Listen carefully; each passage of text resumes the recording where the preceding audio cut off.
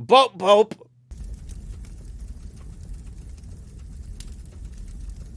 So, hey there everybody, how you doing? I am sad to say that this video is not a review of Mario & Rabbids Sparks of Hope. I really wish it were. When the first Mario & Rabbids game hit the Switch in 2017, I felt it was a breath of fresh air. The humor was good, the visuals were good, the tactical gameplay was terrifically fun, and the whole concept of Mario crossing over with the Rabbids worked a lot better than I think most people were expecting. Perhaps best of all, though, was the fact that it was one of those rare Mario games that got to be a little more than just a Mario game. As a long-suffering Paper Mario fan, naturally, I'm always dreaming and wishing for that little more. I think it's fine for Mario and his friends to get into largely simplistic adventures, but I also think that Nintendo could stand to push these characters into deeper, more exciting narratives a little more often. Games with actual plots, fun dialogue, epic showdowns, that kind of thing. Mario & Rabbids Kingdom Battle was exactly that. It was the kind of game I want Nintendo to make more of. And in this case, Nintendo didn't even make it. They had to leave their precious IP in the care of Ubisoft so that they could provide one of those rare Mario experiences. It was a bizarre mixing of worlds. It was weird and experimental, and I feel like it worked. I loved the game and dearly hoped for a sequel. And wouldn't you know it, now we're getting a sequel, and it looks like everything I could ever want. Sparks of Hope really seems like it's expanding the scope of the original in every way possible. It's bigger, it's got a more cohesive world to explore. It introduces an exciting new real-time element to the gameplay. There are new Rabbid versions of Mario characters, other new characters, and the whole thing just looks a lot more epic and cool. Mario and his friends are flying around in a spaceship. The villain is huge and scary. It's just more! And it looks absolutely incredible. So then, what's the problem? Why would I not review Sparks of Hope if I've just given every indication that I absolutely should? Well, let's talk about it. I'm going to begin by summarizing something that happened in the gaming industry somewhat recently. Let me know if the story sounds familiar. A legendary game company, one of the titans of the industry, responsible for developing and publishing many massively successful and beloved game series. Public opinion of this company is decently high. But then reports start coming out that not all is well within its walls. Claims of horrible things happening to its employees. We see that these claims have always been around to a degree, but things have apparently reached a tipping point. The more the company's current and former employees speak out about their experiences, the more empowered others feel to share their own stories. Stories of harassment of all types, pay inequality, discrimination, psychological abuse, overwork, and a frat boy culture, where the dudes in management get to party and do whatever they want, even if it makes nearly everyone around them miserable. Eventually, it becomes clear that this company is run by very cruel, very greedy executives, and it seems these people have made no effort to fix anything, ever. Actually, even beyond simply ignoring these issues, they've actually created an environment where it's basically impossible for things to change for the better. This kind of behavior is sadly common in the corporate sector, though it's often isolated to a certain location or department, sometimes simply perpetrated by one or a group of bad managers or executives. This, however, is clearly a deep-seated issue within the company. This is widespread, systemic corruption, coming from essentially all leaders on the upper end of the chain. Woof! Yeah, remember that story? Remember what happened next? Well, you might be thinking, yeah, and at that point, there were tons of articles and investigations, and everyone on the internet got together to talk about how messed up it all was, and lots of people pledged to never support the company ever again, and it was a great big mess for the company to clean up. If that's what you're thinking, then you're wrong. Because my story wasn't about Activision Blizzard, as you might have assumed. It was about a different company, Ubisoft. That's right. The story I just told was about Ubisoft. And where the story deviates from that of Activision Blizzard's is at the end. Instead of grabbing the attention of the masses, the hubbub just sorta fizzled out. Unless you were following Jason Schreier or watching the Jimquisition, you likely didn't hear about any of it. And honestly, I don't quite know why that is. I'm not sure why the whole thing just didn't quite reach that boiling point where it became the topic of the day and exposed the company's true colors to the masses. Ever since Mario & Rabbids Sparks of Hope was announced, every time I mention that I'm not sure if I want to support the game, I get loads of people asking why. They genuinely don't know why I would say that, and I can't blame them. The whole Ubisoft debacle came to a head in 2020, and suffice it to say, we all had a lot on our minds that year. That's really the best guess I've got. Maybe it also has something to do with the fact that the widespread abuse in the industry is only now really coming to light. People are finally becoming familiar with the idea that this is a big problem that runs a lot deeper and goes a lot further back than they probably realized. For whatever reason, I guess the world wasn't quite ready to respond appropriately to everything going on at Ubisoft, and once all those reports came out of Activision Blizzard, we were all warmed up to it. Or something, who knows. So now that the ice has been broken, let's get back to it. According to reports, Ubisoft has been this way for many long years. As most systemic issues do, this one goes way back. At this point, I should probably do the proper investigative journalism thing and go over the major claims made against the company, but honestly, it wouldn't be worth our time. There are loads of great sources to look to, such as the ones I already mentioned. Mostly, though, it's the same old song and dance. If you followed the Activision Blizzard story, you already know exactly what Ubisoft has done. It's the same thing. At the end of the day, it comes down to power imbalance. People with power treating other people with less power poorly, or people at the same level treating each other poorly, and the people with power doing nothing about it. It's kind of incredible how a huge company can have an entire department dedicated to making sure that its employees are being treated fairly, and for that department to just not do that? I mean, throughout Ubisoft's history, there have been countless reports of abuse and discrimination sent directly to HR that simply fell on deaf ears. Lots of employees actually got punished for calling out abusers. Some of the biggest offenders with the highest numbers of claims aimed at them were the top executives. Ubisoft is a family-owned company, so all the top dogs are family and/or very close friends.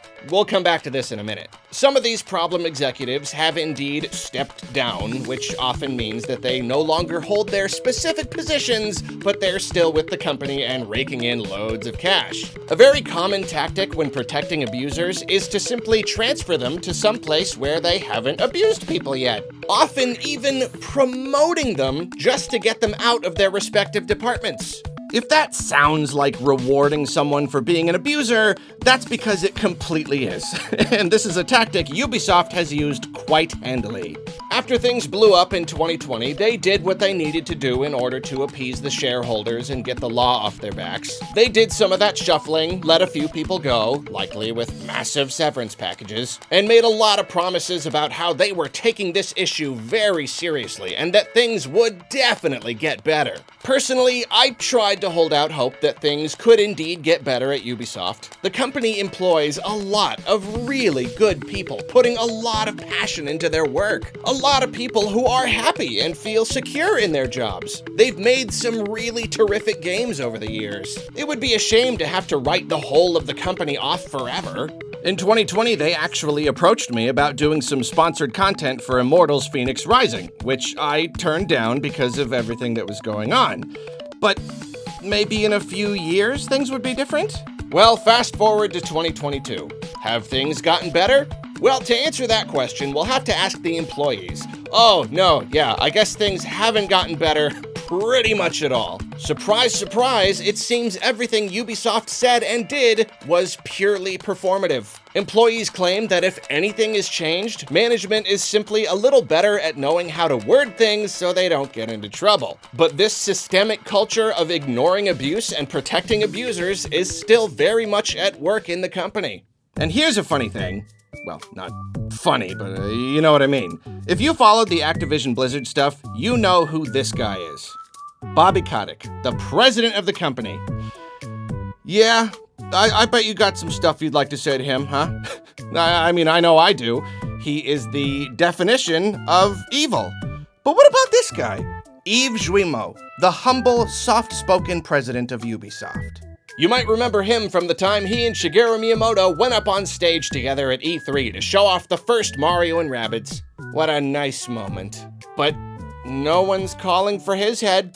No one's hoping for him to get canned. No one's drawing devil horns all over pictures of him. It seems he escaped his company's controversy entirely unscathed. He is still the head of Ubisoft. And this is despite the fact that he is close personal friends with some of the company's top offenders. People who had been abusing employees literally for decades. People who had countless reports filed against them. Yves was apparently fine with all that and only did something when they all got caught. I don't know anything about this man that I haven't been able to glean from reports and interviews and such. Maybe on an interpersonal level, he's a nice guy. Maybe he has never abused or discriminated against a person in his life. Wouldn't even discriminate against a fly. But based on how he handled this situation, it's hard for me to believe that he was simply unaware that all this was going on with his own friends in his own company. That literally every single employee at the company could know about the abuse except for the guy running the whole show. If that is the case, then it doesn't reflect very well on him as a leader, does it? And if he did know about it, then obviously that answers the big question about his character. Even if he himself hasn't been abusing people, sitting by and letting it happen is basically just as bad. So in the case of Yves Guillemot, which is it? Is he grossly incompetent, or is he evil? I mean, I know that's a little harsh, but I'm struggling to see a third angle here. The entire company culture was rotten to the core, and this man did nothing about it. What else could that possibly mean? The point I'm trying to make is that he still runs the company. He got off scot-free. He did it, and he's still doing it. I'm not gonna say that Yves Guillemot and Bobby Kotick are essentially the same, but I am going to take a sip of my tea for a moment.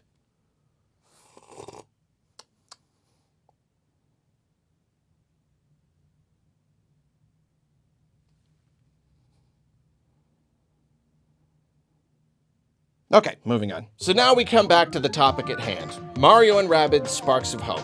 Is it right to support this game?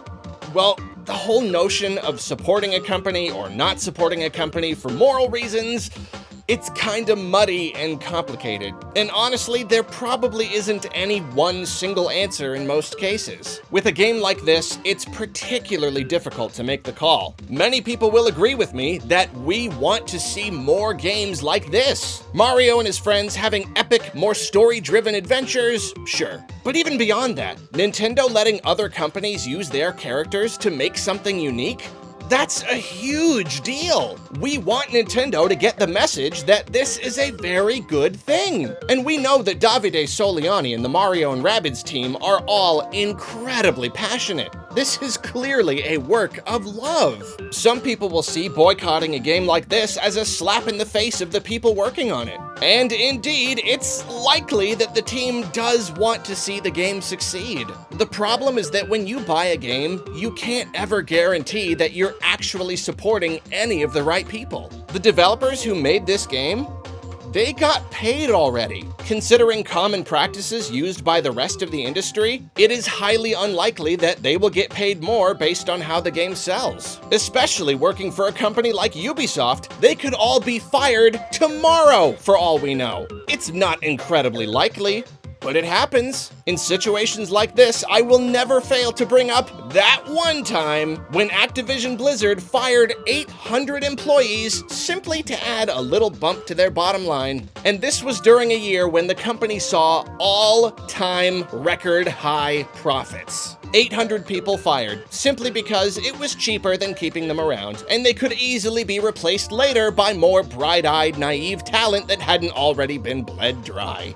All while the top executives enjoyed ludicrously massive bonuses. Good work, everybody. You made us lots of money this year. You're all fired, and we're using the money we would have paid you to give ourselves more bonuses. Hooray! This is the nature of big game companies. So, no, supporting a game is not necessarily supporting the people who made it. It can be, in theory. A game's success can have a positive impact on the devs who made it, but I'm willing to say that that's not the norm. At least when it comes to these industry titans. Usually, people are paid to make a game. When you buy the game, that money goes straight up to the top. And that's why, at this time, I cannot in good conscience play and review Mario Rabbids Sparks of Hope. It's true that I could buy it used, and Mr. Juimo's already very hefty piggy bank wouldn't see a dime. But for me, it's not just about the purchase. If the game does end up being as good as it looks, a positive review might push a lot of people to buy it. And when those purchases would indeed send a lot of money straight to the top floor of a company that is currently run by people who spent years and years ignoring the cries of victims and working hard to keep their abusers safe and comfortable, well, I just can't do it. I can't just pretend that everything is okay, and as long as we get our funny little Mario game, nothing else matters. I do my best to champion the idea that mistreatment of people is simply not okay, in any case, and that ethical game development is entirely possible when it's not tainted by greed and whatever it is inside of people that compels them to act horribly toward each other. Am I always perfect when it comes to what I buy? Heck no, Techno. None of us are. As they say, there is no ethical consumption under our current model of unchecked capitalism. No single product is 100% untouched by unethical practices. Many people will even call me a hypocrite, bringing up some of the things Nintendo of America contractors have been reporting recently. Whenever the topic of big, evil game companies comes up, lots of folks like to chime in that Nintendo is just as bad. Personally, I feel that such a claim is preposterous when you look at what's actually going on at these companies, but I'm not going to defend that stance today. All I'll say is that every case is different, and every person is different. It all just comes down to our individual opinions and feelings on any given situation. If you want to buy Ubisoft games, I'm not going to call you out or tell you to stop or whatever. The only thing I can control is my own actions. I can certainly hope that videos like this inform people about the issues plaguing the greater game industry, and maybe encourage them to take a closer look at their choices and the potential consequences of those choices. But at the end of the day, you're gonna do you, and I'm gonna do me. And me? Well, I just can't do it. Not this time. Maybe someday, I don't know. We'll see. But as long as that guy is still in the captain's chair, it doesn't seem likely. Well, thanks for watching this video. I know this topic is a bit heavy, but I feel like it's an important one to discuss sometimes. Now, if you'll excuse me, I'm gonna, you know.